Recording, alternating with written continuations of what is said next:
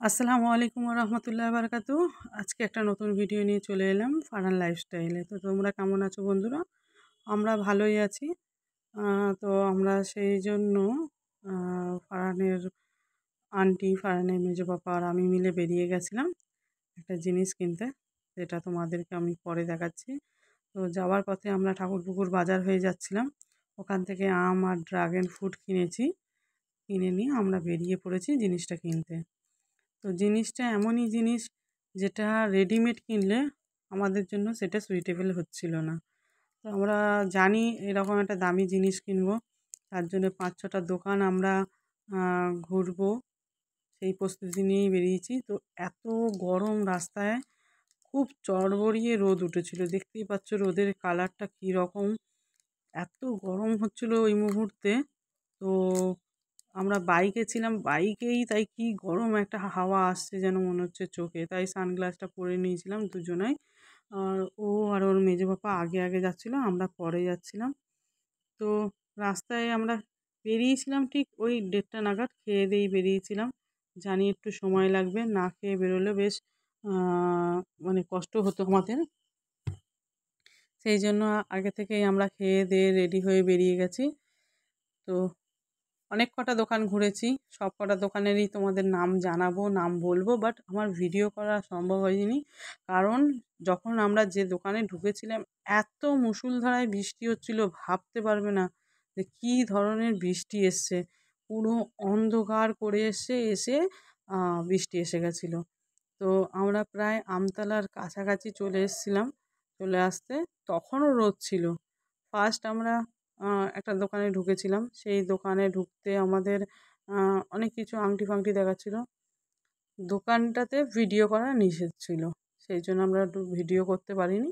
দোকানে অনেকগুলো ট্রাই করেছি। এবারে তোমরা দেখতেই পাচ্ছ কোন দোকানে ঢুকেছিলাম সেনকো গোল্ডে। বাট ওখানে একটা রিং কেনার ছিল। সেই রিংটা আমাদের আর পক্ষে কেনা সম্ভব হয়নি। কারণ ওখানে রেডিমেড আংটির যা সাইজ, আমাদের আঙুলে সেটা হচ্ছে না। তো সেই জন্য আরও যেটা পছন্দ হচ্ছে সেটা আবার তোমার পছন্দের মধ্যে আসে না ডিজাইনটা। আবার ওয়েটটারও ডিপেন্ড করছে।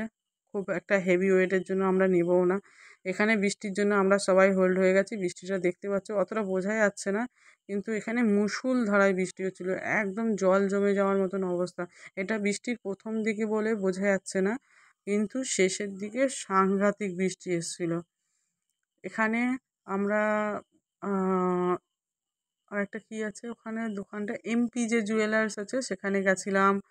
তারপরে তোমার আরেকটা ওখানে নিবারণ দত্ত রোডের ওপরে যে সব দোকানগুলো আছে সেই সব দোকানেও গেছি। আমাদের সাইজে কোনো আংটি পাচ্ছিলাম না বলে আবার ফের আমরা ব্যাক করেছি বেহালার দিকে। বৃষ্টিটা কমে গেছে, আকাশটা দেখেছো? তবুও কিন্তু মেঘলা হয়ে আছে। তো আমরা এদিক থেকে এই জোকার কাছে চলে এসেছি। ভিএমএস এর সামনে চলে গেছি।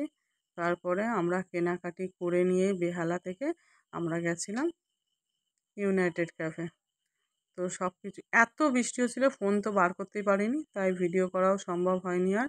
এবার ইউনাইটেড ক্যাফের ভিতরে ঢুকে ওর অনেক দিনের শখ, ও ধোসা খাবে।